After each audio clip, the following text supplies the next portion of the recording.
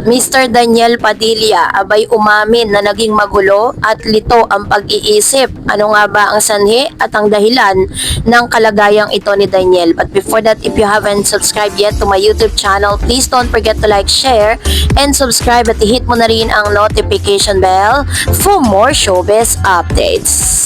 Of course, bago tayo magpatuloy sa ating updates for today's video, nais kong pasalamatan kayo for always watching and trusting this channel. Thank you so much sa inyong palagiang panonood at palagiang pagsubaybay sa mga updates po natin. Maraming salamat po.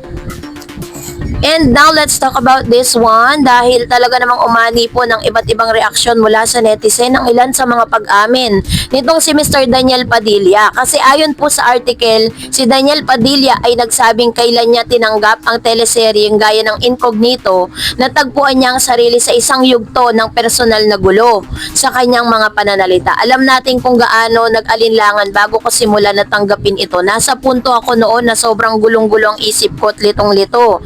Inilarawan ni Daniel ang pagiging magulo at lito ng kanyang isipan. Noong panahon yon, naramdaman niyang bagamat mahirap, tama ang desisyon niyang pumasok sa bagong proyekto. Matatawag niyang isang best decision daw ang pagtanggap sa Incognito dahil kahit na dumaan siya sa personal na pagsubok, sa huli ay napatunayang nakatulong at may saysay ang kanyang ginawa. Tila isang masistemang pananaw ang kanyang inilahad kahit sa gitna ng kalituhan at emosyonal na stress, mahalaga ring kilalanin ang sarili at huwag matakot magbago at magtiwala sa proseso. Bilang isa sa mga konteksto, no, si Daniel ang pinaka tinatawag na pinakasikat na teen idol ng isang henerasyon. Anak siya ni na actor ng Romel Padilla at Carla Estrada at simula sa pagsusulong sa pelikula at teleserye, naging iconic ang role niya na maging sa kanta. Sa paglipas ng panahon, nagbago ang imahe mula sa sweet teenage role tungo sa mas mature at mas komplikadong karakter.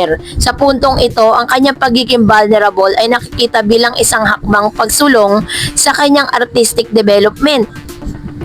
So, bakit nga ba sinabi niya na litong-lito siya noong mga panahon na yun? Ipinahayag ni Daniel ang halos hindi siya makapaniwala nung inabot siya ng offer ng Incognito. Nagkaroon nga daw di umano siya ng pag-aalinlangan kasi ginamit niya po yung word na magulo at lito ay naglalarawan ng konektadong mental strain. Baka dahil sa pressure ng mas malalim na role, bagong expectation or mix-match ng kanyang dating imahe at bagong tatak. Hindi ba sa pagod o emotional, tila pinilit niyang sagutin ang malalim na tanong tungkol sa sarili at sa kanyang direksyon sa buhay at karera.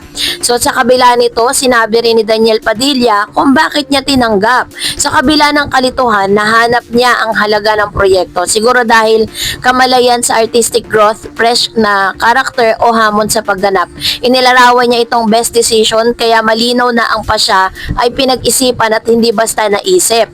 So, magamat hindi pa rin tukoy sa article ang konkretong resulta, ratings, review, or changes, ang pananaw ni Daniel ay malinaw kahit mahirap mentally. Worth it. Nagbigay siya ng mensahe sa buhay. Ang mga step out of sa comfort zone ay kung minsan nagdudulot sa kalituhan, pero doon nagaganap ang personal transformation. So, dahil dito, ay talaga namang masasabi natin na inadmit ni Mr. Daniel Padilla na once in his life, talagang nakaramdam siya ng kapaguran, ng pagkalito at almost quitting sa showbiz, dahil po sa mga naramdaman niyang emotional strain at sa samot-saring mga issue na idinidikit sa kanyang pangalan. Lalo na po nung mga panahon na sila po ay naghiwalay ng kanyang ex-girlfriend na si Miss Catherine Bernardo. Hindi po niya alam kung saan patungo yung kanyang karera that time, pero tuloy-tuloy lang siya hanggang sa ito na, pinatunayan niya sa buong mundo na nagkaroon man siya ng pagkakamali, but still is kailangan niya muling bumangon, So dahil dyan, mag-react tayo sa mga komento ninyo sa comment section. Unahin natin si Miss Sena Mante. Sabi niya, naku, di namin panonoorin yung mga pelikula ni Catherine kasi paasa lang si Kat noon kay Alden. Wala nang gana kay Kat. Hindi yan katulad noong sila ni Alden. Nakakawala ng gana si Kat kasi puro kaplastika na lang yan. Haha, ayan.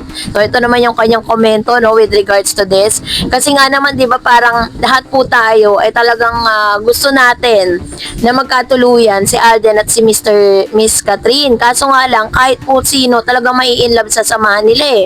Pero sa ngayon kasi, mahirap din kasi tayo na Kahit ako, I personally umasa din ako na mas magiging malalim yung kanilang relationship, pero talagang mas pinanatili nila na sila'y magkaibigan.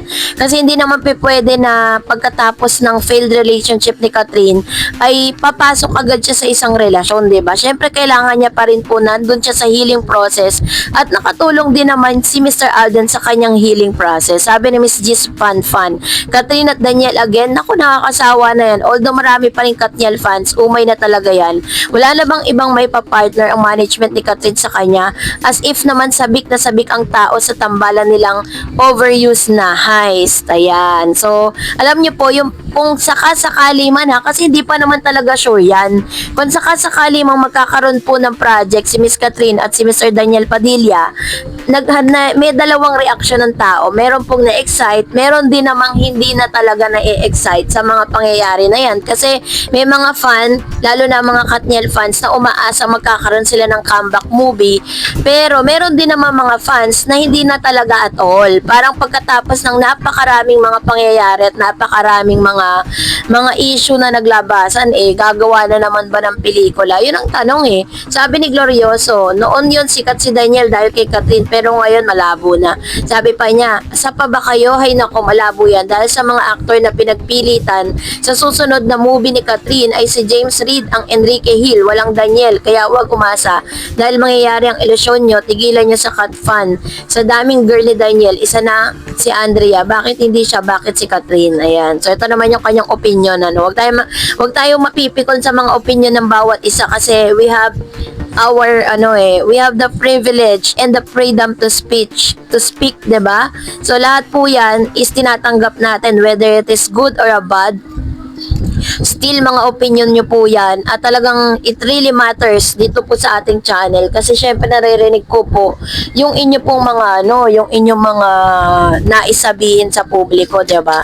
So yun, so this time is talagang may mga times or may mga things talaga na hindi natin kayang makontrol. Sabi po ni Miss Lucy, Daniel Padilla, silent superstar. Wag na mag-love team, sisirain ka lang. So bakya. Sabi ni Miss Elizabeth, galing ni DJ, the more sinisiraan lalong sumisikat. That's it. Kaya sige, sirain nyo pa. Ayan. So ito naman yung kanyang komento. Actually po, yung mga pagkakamali man ni DJ, yung mga fault niya dati, yung mga past na mistakes niya, inaamin naman talaga niya na may nagawa siya. Pero it doesn't mean na panghabang buhay nyo nang huhusgahan yung tao, kasi lahat naman tayo, hindi naman tayo lahat perfecto, 'di ba? So kailangan let's give them another chance. Wag naman natin masyadong sarhan yung puso natin, pero syempre katulad ng sinasabi ko, that's your point of view and wala tayong magagawa. Sabi ni Serenato, Miss Ares, let me remind everybody, sa pinirmahan renewed contract ni Kat, wala pong project together ang Katniel, endorsement or TV series yan. Much more sa movie, still binded yung contract, still existing pa rin yun. So, yun po yung isa sa mga sinasabi ng ilang mga fans.